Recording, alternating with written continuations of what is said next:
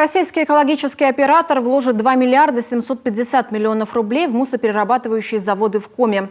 Два комплекса рассчитаны на 150 тысяч тонн мусора в год. Будущее строительство заводов обсудили гендиректор Российского экологического оператора Денис Буцаев и зампредседателя правительства республики Эльмира Ахмеева. Объекты для крупнейших населенных пунктов Коми, Сыктывкара и Ухты смогут принимать на обработку 150 тысяч тонн в год, на утилизацию 60 тысяч тонн. Их общая стоимость составит 2,91 миллиарда рублей. РЭО может предоставить льготный заем для реализации этих проектов до 95% от их стоимости. Это около 2,75 миллиардов рублей. Средства будут получены от выпуска облигаций. Проекты будут реализованы на основе концессионных соглашений. Дорожная карта по ним подписана.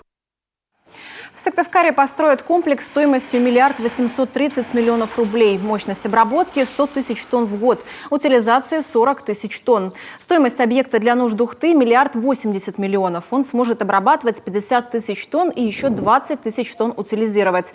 Новые объекты обращения с отходами приблизят регион к выполнению показателей нацпроекта «Экология».